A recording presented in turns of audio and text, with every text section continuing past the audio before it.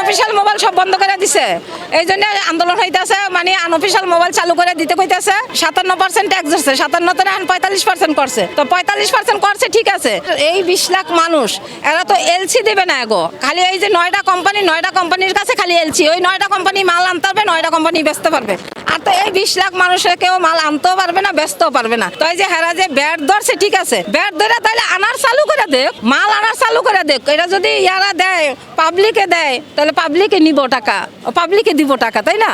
তাহলে আমাদেরকে এলসি দেখ, আমাদেরকে সরকার এলসি দেখ যে কিভাবে মাল আনতে হবে, কিভাবে মাল কি করতে হবে।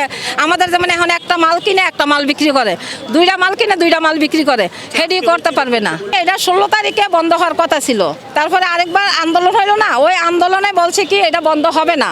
তাই আপনারা লিখিত দেন। সেবেলায় ওরা গেছে লিখিত দেন, কয় না লিখিত লাগবো না, এটা 3 মাস মার্চের 16 তারিখ পর্যন্ত চলবে, মার্চের 16 তারিখ পর্যন্ত চলবে, এরপরে একটা ব্যবস্থা হবে। তো ঠিক আছে, এই মার্চের 16 তারিখ পর্যন্ত এখন যেহেতু মোবাইল আছে সব বিক্রি হয়ে যাবে, এরপরে ওরা একটা সতর্ক হবে বা সরকারের লগে একটা ফয়সালা করবে, এটা বলছে।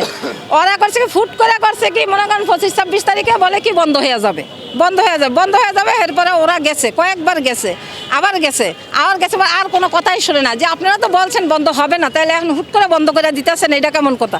ওদের সাথে কোনো কথাই বলে না, ওদের আশেপাশে আসে না, ওদের কোনো কথা শোনে না।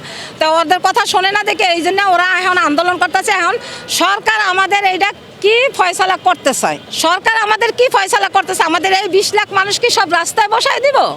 আমাদের কি বাচ্চাটা না, আমাদের কি এই জন্য আন্দোলন করতেছে। এই যে মোবাইল বন্ধ করে দিছে না, আনঅফিশিয়াল মোবাইল সব বন্ধ করে দিছে। আমাদের এক একজনের দোকানে মনে